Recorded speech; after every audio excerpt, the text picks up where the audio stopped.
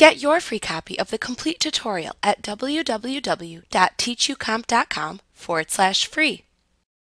The Adjust Facial Features command lets you change the appearance of a person's lips, eyes, nose, and face within an image where Photoshop elements can recognize a face.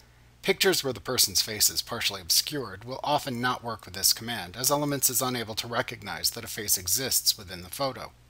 To use this feature, select Enhance, Adjust Facial Features from the menu bar. If Photoshop Elements recognizes a face in the photo, it will show it within a circle. If there are many faces in the photo, the faces it recognizes will be circled, and the circle in teal is the currently selected face.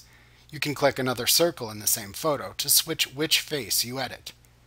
Use the sliders at the right side of the Adjust Facial Features dialog box to adjust the currently selected face. You can click the Lips, Eyes, Nose, and Face categories to see the sliders in each category. Click and drag the desired sliders left or right to increase or decrease the associated attribute for the category you selected. For example, you can click the Nose category, and then use the height and width sliders to increase or decrease the height and width of the nose on the selected face.